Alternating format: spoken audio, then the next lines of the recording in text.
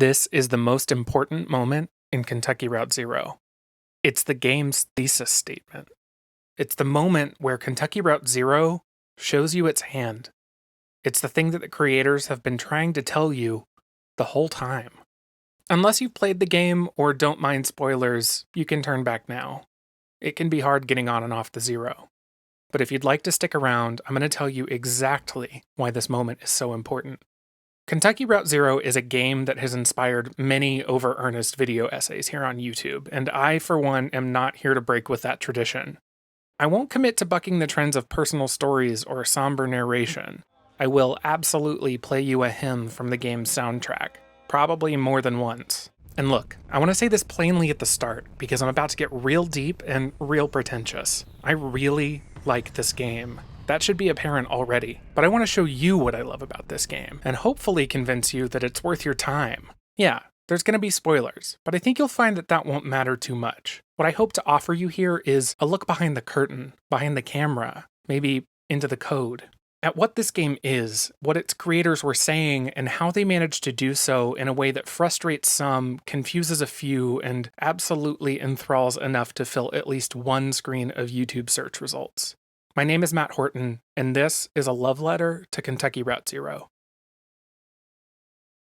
To say that Kentucky Route Zero is a critique of capitalism is an understatement. The game takes place in a fictionalized rural Kentucky, northeast of Bowling Green, near Mammoth Cave National Park. It was made by Jake Elliott, Tomas Kaminsky, and Ben Babbitt, a trio known as Cardboard Computer. It is a game in 5 acts, released between 2013 and 2020. Yeah, it took that long. The team also released small, free, independent experiences in the time between the acts on their website. After Act 5 was released, they brought all of this together with one last interlude into Kentucky Route Zero TV Edition, and that's the version that I played on the Nintendo Switch. Kentucky Route Zero is built around the fictional Route Zero, a highway that lies in Kentucky's Mammoth Caves. It's a ridiculous notion, but as we'll talk about, that absurdity unlocks so much ability for storytelling and commentary. That and the game's Southern Gothic vibe were absolutely intentional on the part of Cardboard Computer.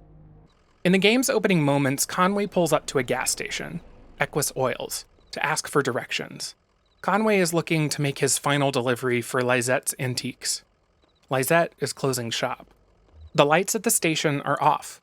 The sun's going down. An old man named Joseph is sitting outside in what will be dark soon. Later on, you'll search through Joseph's computer, and if you're curious, you'll discover that Consolidated Power, the local power company, is rationing the electricity to Equus Oils because Joseph owes them money. In fact, many characters and locations in the game are tied to Consolidated Power. There's the company-owned Elkhorn Mine, which rationed power with company tokens. Before the events of the game, the mine flooded and killed hundreds of miners who couldn't pump out the water because they didn't have enough tokens to get the pumps running. There's Shannon, a TV repair person you meet while visiting Elkhorn Mine, whose parents died in that flood. There are the boys from Hard Times Distillery, voiceless, glowing skeletons that use cassette tapes to speak. It becomes clear through the power company's involvement in Hard Times' financial schemes with the people of rural Kentucky that Hard Times is either owned by or has a tight business relationship with Consolidated Power. Consolidated Power and their counterparts, Hard Times Distillery, are literal manifestations of corporate capitalist power, strung alongside the highways of this story. It's all right there in their names. People play this game and are understandably confused, but it's often telling you exactly what it's up to, just maybe not in the places you're expecting. So I want to peel back the layers here and get a look at the 3 techniques that Kentucky Route Zero uses to reveal the horrors of capitalism. And the first is a tool that has a long history of use in these criticisms. Magical realism, also known as magic realism or marvelous realism, is a genre of art and literature that mixes elements of the fantastical into a real-world setting. What distinguishes magical realism from urban fantasy is that in urban fantasy, the fantastical elements are called out. They are the point. In a magical realist text, characters accept the fantastical as fact and almost always refuse to comment on how exceptional it might be. This indifference to the unusual from the character forces the player, in this case, to focus on the strangeness of what is happening. For this reason, magical realism is often used to point out and highlight abuses of power and to criticize the elite. Kentucky Route Zero does this plenty. and it also leverages magical realism's power to build mystery. It does this for the first time right after your conversation with Joseph. He asks you to go down and flip the breaker to turn the power back on at the gas station. When you get down to the basement, there are 3 people playing a tabletop game in the dark. They've lost their 20-sided die, and they're arguing about the rules. Multiple times, Conway tries to speak to them, but they seem to not hear him, or at least they don't respond to him. One of them says that they don't think you can win this game. The box says it's a tragedy. Conway turns off his lamp, he finds the die glowing in the dark off to the left, comes back to the table, and the people are gone. Their instruments are left behind. He flips the breaker and goes back upstairs to tell Joseph. Joseph tells Conway he's seeing things, and immediately launches into directions for Conway to find the person that can get him to the 0, and on to his destination, 5 Dogwood Drive.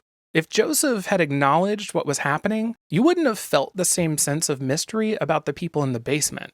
But the interesting thing is that how he talks about those people in the basement also affects how the player feels about him bringing up a highway called the 0 in the caves of rural Kentucky, or a computer password that's more like a poem. These things feel part of this world and otherworldly at the same time. We'll come back to that computer password later, but let's talk about what I think is one of the most effective uses of magical realism's power to critique. The game actually has you playing as Shannon when Conway walks into Elkhorn Mine. Conway says he's looking for the on-ramp to the 0, and Shannon has no idea what he's talking about, but says she'll help him look. She notes that it's a strange place for an on-ramp, but doesn't say much else. That's magical realism, but it's not the example that I'm looking for. She takes Conway into the mine to look for the on-ramp, and in an attempt to use the PA system to map the tunnels, they cause a cave-in. Conway's leg is crushed under the rubble. Shannon says that it's in bad shape, but Conway pushes through. They have to go through the mine and out the other side. For the rest of the act, he is noticeably slower. Shannon is always talking about how his leg is in bad shape, but Conway keeps pushing. When the two eventually make it to the 0 in Act 2, Conway is still obviously struggling. They're passed back and forth within a strange Bureau of Reclaimed Spaces, looking for the location of 5 Dogwood Drive, and they're eventually told to find a storage facility on the 0 where a file might be stored that could help them. As they go to leave that facility, Conway blacks out. Shannon no longer cares about finishing Conway's delivery. She's going to get Conway to a doctor. What follows is an absolutely spectacular sequence that I don't have time to get into in this video, but what I'll say is that you're looking for the doctor leads you to a young boy named Ezra and his brother Julian. Julian is a giant eagle, and he carries you off into the forest where Dr. Truman lives. Once you're inside, Dr. Truman tells Conway about the experimental treatment he's about to give him called Neripnol. Conway agrees, and as he drifts off to sleep after the drug has been administered, Dr. Truman starts to talk to him about payment plans.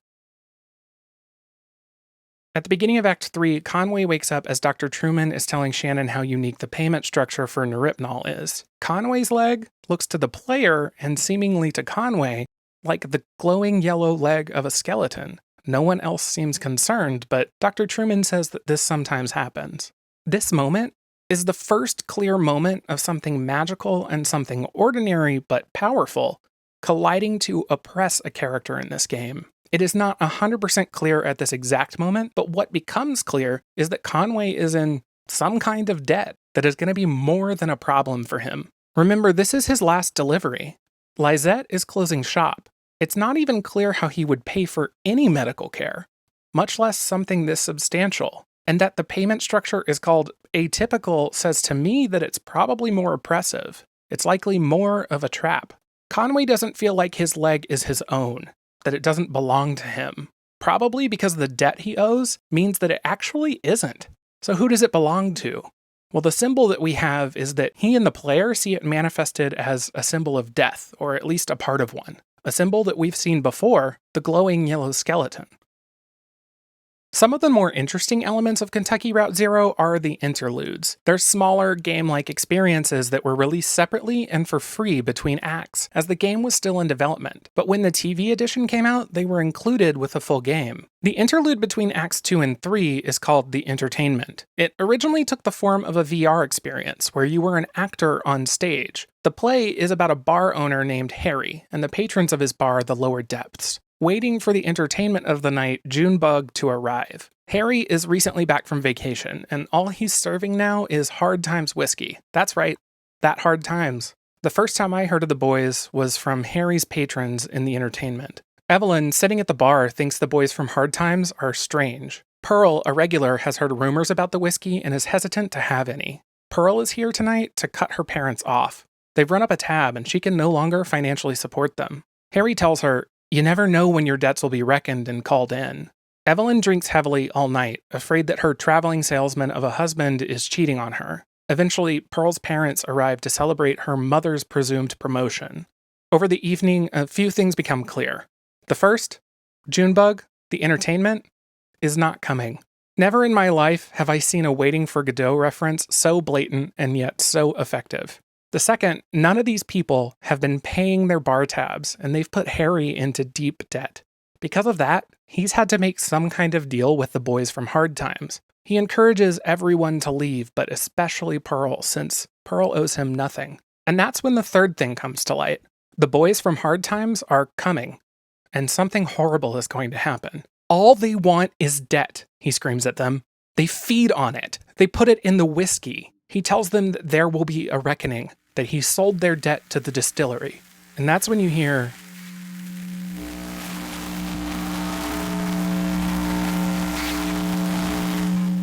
The relative indifference to this form, the jovial nature of calling them the boys, or simply saying that they're strange, that's not enough. It doesn't adequately describe the horror of their appearance, or the implication of tying one's debts to one's death. It may seem overdramatic to say that right now, but the next time that we see the Hard Times boys is during this scene, the one that we're here to talk about. So while debt, death, addiction, and reckoning are major themes of the entertainment, they're also major themes of Conway's story, and they're critical to this game's message about capitalism. Magical realism introduced us to this message, but the next technique that Kentucky Route Zero uses to critique capitalism is the one that I cannot stop talking about, and that's choice. From its very first scene, Kentucky Route Zero tries to tell you that this is not a game the way you think of a game. I don't think you can win. It says on the box it's a tragedy. When Joseph tells you that Weaver's address is on his computer, he says the password is more like one of those poems, the kind that sums it all up. When you get to the computer, instead of a password input, you are very literally provided with options for lines of a poem. There's no minigame here. You can't win. You simply choose from the lines available and you write a poem. You just feel it out, and you'll always get into the computer. The decisions you're making in this poem do not necessarily affect the outcome of whether or not you get into the computer, but they do affect the experience that you have as a player. I've played the full game through twice. The first time was at the beginning of this pandemic, but I remember my poem. The stars fade away. It's late. You just breathe road. Most of the decisions that you make in this game are like that, and only a few are not. The first thing you're asked to do in this game, the first thing that happens when Conway gets out of his truck at Equus Oils, is to name the dog. Joseph asks the dog's name, and it's on you to decide what that name is. Your choices are Blue, Homer, and no name at all. Honestly, I've never heard of anyone choosing anything other than Blue, and that feels right to me. I couldn't choose anything different the second time I played. If you've played, what name did you pick? Why did it stick out to you? Go ahead and tell me. The name you choose follows you throughout the game. It doesn't really affect the plot in any way, but it does follow you. As far as I can tell, there are 2 other things like this. You can choose to keep the 20-sided die that the people in the basement dropped, and it will play a small part in Act 5. Also, there's a character named Carrington that you can meet if you leave Equus Oils and come back before going to Elkhorn Mine. Throughout both of my playthroughs, I didn't meet him. I actually had to go back and play the first act to get the footage that I'm showing you now. If you meet Carrington here, he shows up in all of the other acts, and you unlock a final 5th interlude after you finish the game. But even these effects are minimal to the game's primary plot. The things that drive the plot, they're largely out of your control. You didn't order the delivery of antiques from Lizette. You didn't cause the cave-in at Elkhorn Mine. You did not cause the flood that killed Shannon's parents. You did not evict Ezra's parents from their home or make them leave him at the bus stop. You are not the pharmaceutical company forcing Conway into insurmountable medical debt. You do not get a choice in those events. You're participating in them, but you don't get to decide the beats. You're more of an actor than a playwright. Cardboard Computer did an interview with Chris Plant of Polygon in February, when Act 5 and the TV edition of Kentucky Route Zero were released. And this is what Jake Elliott had to say about games as theater. I remember us talking about it in those terms pretty early on, thinking about the player as a performer of the story, just like an actor in a play. In a performance of any kind has a lot of influence over how the performance functions, but they don't write the script still. So yeah, that's definitely something we thought about early on. And also, this idea of what it means to have agency in a story, a lot of the times when players talk about agency, they're more talking about control over the strategy of the game. They're saying, do I have the option to sort of minimize and maximize and employ a strategy to make the story go the way that I want it to? The way the decisions were built in this game, then, directly reflects this desire to reduce min-maxing and strategizing on the player's part. Considering 99% of your actions in this game are dialogue choices, let's look at how that's worked in games before. We know what to expect from video game dialogue. BioWare taught us well. Conversation trees that we can navigate like a minigame, making sure that we have our Paragon or Renegade scores high enough to choose the option to charm or intimidate an NPC. In a lot of cases, we can treat it almost like a phone menu, and we know that if we go down one path, we can always come back around to the top to get back to the thing that we missed. We're digging for information, or we're trying to accomplish a goal. But Kentucky Route Zero's dialogue options, they're not like that. Nearly all the decisions that you make in this game are dialogue choices. But sometimes you'll be asked a question, and you can answer as Conway, Shannon, Ezra, or any one of the number of folks who joins your crew as the story progresses. Other times, you're not asked a question about the character you're currently playing. You're asked a question about Conway's past, or the world Shannon lives in. And it's clear that the answers available to you cannot all be true at the same time. The game is letting you decide what truth is. It's letting you decide what some of us would call lore. This idea, it's one of the biggest pieces of criticism that I hear when people don't like this game. I should say now that it's totally fine if you don't vibe with this game. You don't have to like everything I do. But the lack of player agency and dialogue is not a mistake. It's why this game is divided into numbered acts and scenes with full scene headings. It's intentional. And that brings us to the distillery. Shannon and Conway come to the distillery in search of information that can help them locate 5 Dogwood Drive. On the outside, the distillery looks like a church. But when the two take a rest on a pew, they are lowered down into a strange, retro underground factory. They're greeted by one of the boys, Lim Doolittle. Doolittle thinks they're there as new hires and kicks off a tour of the facility. He shows the two of them around, and you begin to get the shape of what's going on here. Hard Times Distillery is run entirely by indentured laborers who owe money to the distillery or have had their debt sold to the distillery. There's Cliff, who had his bail paid by the distillery and works there to pay it off. There's Raoul, who's working off his chemistry degree for many years, Lim says. There's Pamela, whose check got stuck under a seat and who racked up so much interest and so many bounced check fees that she couldn't afford anything but to work off her payments. And if you pay attention closely, you'll also see Evelyn and Pearl's parents, Rose and Lawrence, at orientation at the beginning of the scene. Before we go on, I want to point out something that isn't immediately obvious. Lim Doolittle is the author of the entertainment. This is an artist who wrote a play that deeply criticizes the power structures employed by Hard Times and Hard Times directly, actively working to oppress more people in the name of the distillery. It's a statement, I think, that all people are susceptible to these power structures. Lim takes Conway and Shannon to the truck he thinks Conway will be driving, and he asks Conway to inspect it. Despite the fact that they're not there to work, neither of them protest. As Conway looks at the various parts of the truck, some of his most regretful memories come to mind. Memories of his worst moments of alcohol abuse. Moments of letting down Ira and Lizette. The moment he was too drunk to work, and Lizette and Ira's son Charlie did the work for him. The day Charlie slipped off the roof and died. After inspecting the truck, Lim takes the two back to the entrance and tells Conway that he's hired. He offers Conway an honorary shift drink, something they do at the beginning of every shift. Conway doesn't drink anymore, and Shannon starts to say that. The game presents you with a choice, a button that says drink. You begin to think, can I walk away from this? Do I have another choice? And before any of that can even process, the drink action starts to fade away. Conway drinks the whiskey. You never had any choice to begin with. Congratulations, you're hired. Shannon tries to protest again, but Lem reminds you that you owe him for his time and for the very expensive whiskey, unless, of course, you're going to be working here. You never had a choice to begin with. But that's not it. You can't win. It is a tragedy. But the game has more to say about choice than cheap nihilism. Act 4 is a journey along the underground Echo River. Conway, Shannon, Ezra, and 2 robot musicians they met in Act 3, Junebug and Johnny, take a ride on the tugboat called the Mucky Mammoth. As you float along the river, you'll approach different locations or points of interest that you can interact with, and Will, one of the characters on the boat, narrates the history of these places. You're asked to make decisions, and it's one of those moments where those decisions are sometimes mutually exclusive. Again, the decisions you make don't have an effect on the primary narrative of Act 4 or the game as a whole, but Act 4 is really a vehicle for character exploration, even more than the rest of the game. At every major stop, you're given 2 choices: stay on the boat with one set of characters, or join whoever is getting off the boat. Your decisions, again, don't change much plot-wise, but they do affect what you see. You can miss what are some pretty critical primary narrative things, but you're always going to miss something. The best way to choose, I think, is to go on which characters you want to follow at each stop. I found myself caring a lot about Junebug, Johnny, and Shannon, so if any of them went somewhere, I chose that path. In my second playthrough, the one that you're watching, I played some of the things I missed, like a forest where Kate, the tugboat captain, and Ezra hunt for mushrooms for a stew.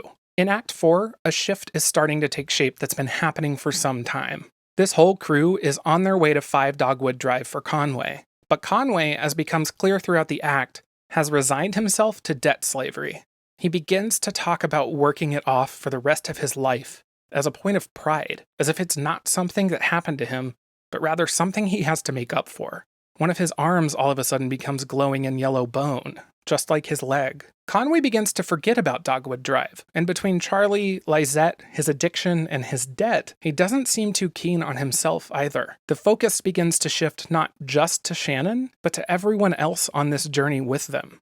Near the end of the act, Kate asks Shannon and Conway to deliver a package for her to the Echo River Central Exchange. The 2 have to navigate past a memorial for the Elkhorn miners and a bat sanctuary before getting there. And as they do that, a boat with 2 of the boys from Hard Times can be seen alongside them. They push on ahead, and Shannon gets out to find where she can deliver the package. She finds the woman that she's delivering to, has a conversation, and delivers the package. When they're finished talking, Shannon turns back around. Another boat is leaving the tunnel, but in it there are 3 of the boys from Hard Times. Shannon's boat is empty.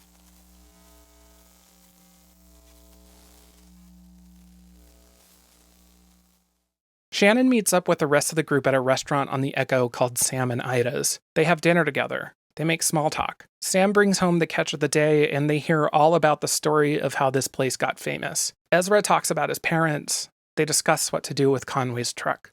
It's been building towards this for a while, but at the end of Act 4, Kentucky Route Zero is a game without a main character. Instead, it's a game with 6 or 7 of them. And this brings us to the last technique that Kentucky Route Zero uses to critique capitalism: community.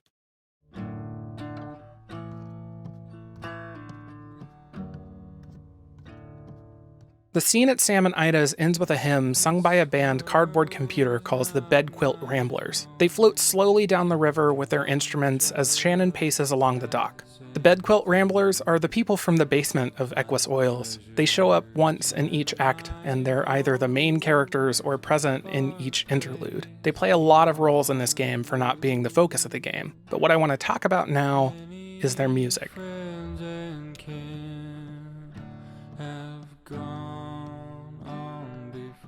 Everything the Bed Quilt Ramblers sing is a hymn, and to me, it reminds me of home, and it reminds me of community. I grew up in the middle of the Bible Belt in Oklahoma, and while we didn't go to a church that sang hymns, they certainly weren't foreign to me. As a kid, I heard them in the small country churches where my cousins and grandparents went, places I only went for funerals and the rare family dinner. Hymns were about community and mourning, whether they were meant to be or not. That certainly feels like how they're used here, to represent a community constantly mourning, constantly making art in the face of it, constantly making do. The community of rural Kentucky blends naturally with that of the Zero and that of the Echo River. These are all people affected by the same systems of power, all people banding together in the same ways, all people making art to get by. And the two most prominent artists of this community, and my two favorite characters of this entire game, are Junebug and Johnny. They find Shannon, Conway, and Ezra broken down on the side of the road near the beginning of Act 3 on their way to a gig. On their way to a gig, you say? Would that be the gig at the lower depths? It would be. In fact, you walk into the lower depths, all 5 of you, presumably right after the reckoning just happened. Harry makes all kinds of references that make it seem like it just happened. No one's in the bar. He's clearly been waiting all night for Junebug to show up, and they're super late. You'll see Evelyn and Pearl's parents at the distillery later. Now, technically, Lem Doolittle wrote the entertainment decades before this, but this is Kentucky Route Zero. Magical realism dictates that we don't ask questions. Junebug and Johnny sure don't. They get up on stage and perform for the only 4 people in the bar: Harry, Shannon, Conway, and Ezra. And what follows is one of the most beautiful things I've ever seen in a video game. Honestly, if you've heard of this game, it's either this or the entertainment that you've heard of. The game lets you pick what Junebug is about to sing right before she sings it. You're writing the song as it's being played. It is gorgeous artistic collaboration between creator and player, between actor and playwright. Junebug and Johnny establish a relationship with Ezra over their time with him. Junebug and Ezra are the ones waiting for Conway and Shannon outside the church when they go down into the distillery, and they get some nice time together. There's several moments along the Echo River in Act 4 when they get a chance to know each other better. But one of my favorite interactions is Johnny helping Ezra play one of those claw crane games at Sam and Ida's at the end of Act 4. He and Junebug have been talking about if they might take Ezra along with them after all of this is over. Clearly, Ezra needs someone to love him, and this, to me, is when Johnny is finally convinced. At the end of the Echo River is what's known as the Silo of Late Reflections. At the top of that silo is a town that is only referred to as a town that no roads go to. That, you're told, is where you'll find 5 Dogwood Drive. Before Act 5, you heard about this town in an interlude entirely made up of a phone and a scrap of paper with a phone number. You dial the number, and Will, the man from the tugboat, walks you through a phone tree, introducing you to the wonders of the Echo River. Honestly, it's a blast, and you don't have to play the interlude to access the phone number. You can call it. It's active. Try it out. But the town that no roads go to has a community television station called WEVP-TV, and that is where the interlude between Acts 4 and 5, Un Pueblo de Nada, takes place. Emily, one of the Bedquilt Ramblers, is directing a television program during a bad thunderstorm. Rita, the host of the program, shows one of her favorite community television pieces, and a local comes by to read a poem about the out-of-towner, a laborer the power company sent to dig a drainage ditch who was murdered in the town. As the night goes on, the storm gets worse, and the power goes out at least once. Eventually, there is standing water in the studio, but they keep the show going. It's not clear why this is so important to them, but they do get a caller during their call-in segment, so it's important to the locals. Then something happens, and everyone in the room realizes they're not on the air anymore. Weaver Marquez has somehow been occasionally taking over their broadcast. They keep talking about her like she's a ghost. Tonight, it's happening again. And as Weaver broadcasts, the storm gets worse and worse. Weaver's broadcast continues. It says on the box it's a tragedy. The final act is a departure from the rest of the game in a lot of ways. For one, you play as a cat. Everyone from the tugboat that was traveling to 5 Dogwood Drive is here. Even Clara, who was a musician who had a gig on the Echo River. The group carried the antiques from Conway's truck up the stairs of the silo, and they're strewn around at the top. But it's not just the group you've come to love. The residents of this town are out too, and there's water everywhere. A large portion of the town has been flooded. The TV station has been destroyed. The town's beloved horses, who they call the neighbors, are dead. And overnight, something has appeared. 5 Dogwood Drive. An empty, white, house-shaped structure with nothing inside, ready to become whatever is needed of it. You spend the majority of Act 5 learning about the town without roads, and you learn quickly that it's had many histories. You learn about its ancient history and the ancient people who shaped it. You learn about the more recently historical tyrant, the power-hungry Fraser, who saw all written word as community property, and you learn that more recently, it was a town owned and operated by Consolidated Power. They ran the shop, they controlled the TV station, and they provided all the jobs. They brought the out-of-towner, and they stoked the fear that killed the out-of-towner. They never built the town roads, but they made sure it never needed them. And then they left. And the community made do.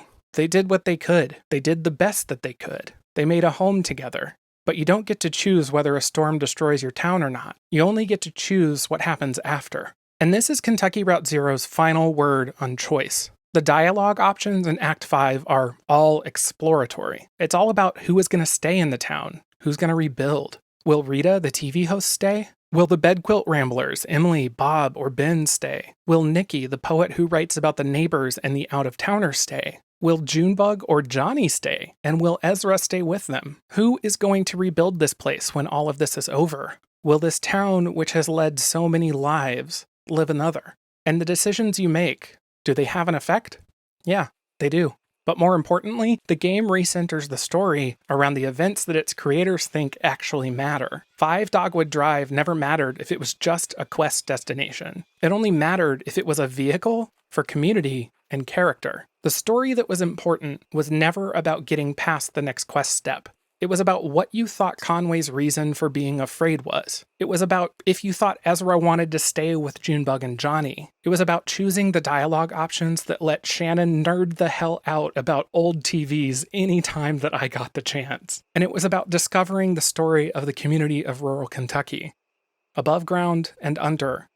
Where roads go and where they don't. On the Zero and on the Echo. And it was about mourning when we lose that.